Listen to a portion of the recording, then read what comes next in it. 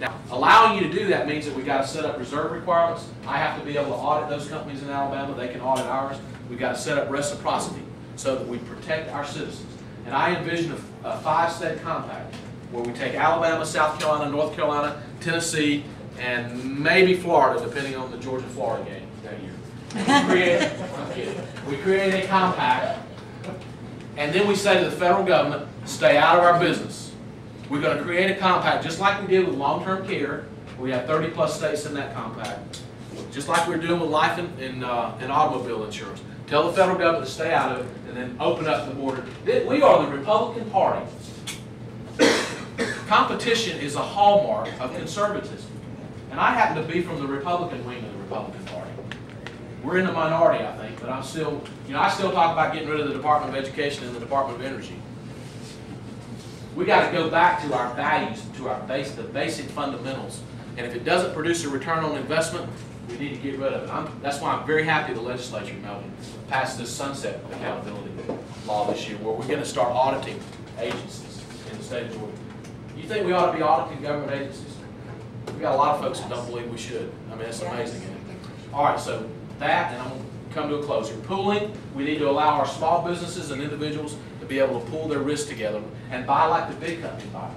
You've got a 20% disadvantage if you're a small company in Georgia, as opposed to somebody like a Walmart, or a General Motors, or some government Motors, or whoever it is nowadays.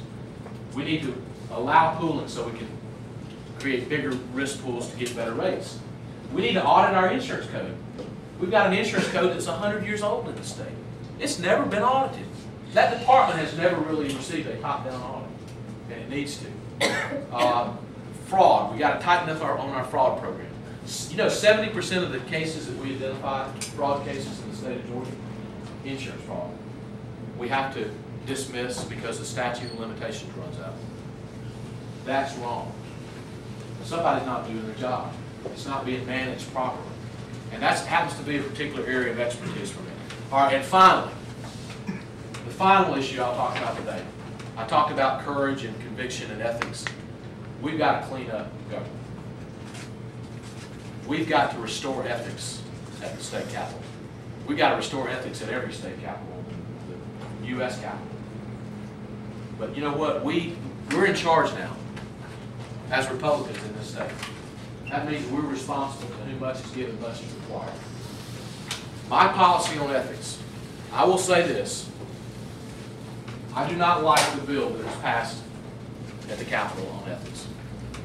I don't like it because it didn't go far enough. It left a big, huge, gaping hole. If you're a corporate interest in this state, you can give as much money as you want to a state officer or legislator. You can take them out for a $3,000 meal if you want to. You can buy them an $800 bottle of wine if you want to, and it never has to be reported. That is wrong. If you're a corporate, now if you're a lobbyist, you got to report it. But if you're a corporation, you don't. That's wrong. My policy on ethics is going to be simply this. I will accept no gifts, no meals, no entertainment, no trips to the Oscars, no trips to the Super Bowl, no hunting trips to Montana, unless I pay my way. That's it. I'm going to challenge other office holders because I'm going to serve 2 terms and I'm going to go do something else because I don't believe that the founders ever intended that we go and take a position of government and get rich while we're there and stay for 4 or 5 decades. They never intended that. And so that's my commitment to you. You can take it out of my vein if you want to. I'll sign whatever pledge you want to. You can come looking for me. This lady will keep me straight. That's my pledge. And while I'm there, I'm going to challenge every other agency and every other government department and office holder, take the zero tolerance pledge with me. If we want to clean up government and restore trust, then let's have a zero tolerance policy and just get rid of it all. You know what? We can probably eliminate another 30 jobs because the forms you have to fill out. God bless you. You know what I'm talking about, right, Representative? All the funds and the forms and checking it. I mean, let's just zero. The only thing I need from a lobbyist is information. And I'm not one that bashes lobbyists. I think they provide a value. The problem is they operate in the rules that we allow them to operate in. And I do need the information from them. But that's all I need. I don't need any expensive anything from them. So those are a couple of things about us. Now let me just close here. I sound like a Baptist preacher, don't I? I'm closing twice. This is my final close. 12 months ago, Julianne and I were not known to this state, besides our family and our great network of friends. It has been a distinct honor and privilege running for office to serve you. I'm up against 3 sitting state legislators and 3 of the most powerful guys in the GOP. Plus a bunch of other folks that are good folks. We didn't have any name ID. I don't have a political resume. But in 12 months, we have had 21, yes, we counted all of them, 21 GOP straw polls.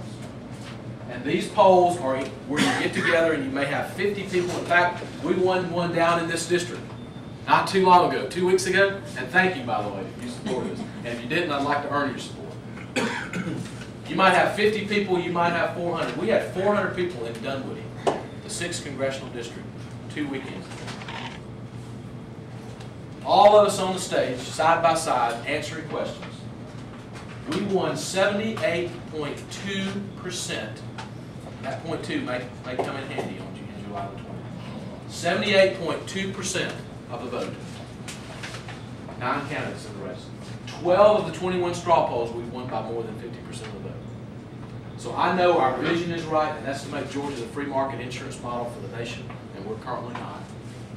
Our ideas are strong. They're competition ideas. I am the competitive candidate in this race. They're strong ideas, and they're backed by results. And I think a little, if you haven't noticed, a little bit of passion and fire in the belly, which I get from my dad, honestly.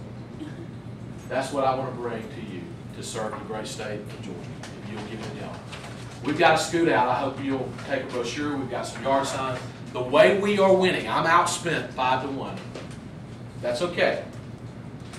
I know the David and Goliath story was kind of rough at the start, but it ended well. So we're praying for David and Goliath results. People are telling people all over the state about our campaign. I had one young lady the other day said, hey, I emailed your website out to my email list. I said, how many folks on your email list? 5,400. Oh. That's how we can win. People taking a yard sign. Do we need donations? You bet we do. And we spend it wisely. We're a very frugal campaign, the same way we'll manage government. And every dollar will help us. If you'd be so inclined, I'd love to receive a donation from you. We'll use it wisely. But help us by getting the word out and say, hey, check out Gerry Purcell. Check out his message. Check out his website. And if you think he's the right guy, then get behind him. That's how we can win this thing. If we do, we'll do something extraordinary in July. People have told us, people that have been around for a long time, that nobody's ever done what you've done. To come so far without being known by anybody in the state in 12 months. So help us to get over the hurdle. July the 20th, we can win this thing. To whom much is given, much is required. God bless you. Thank you for having me.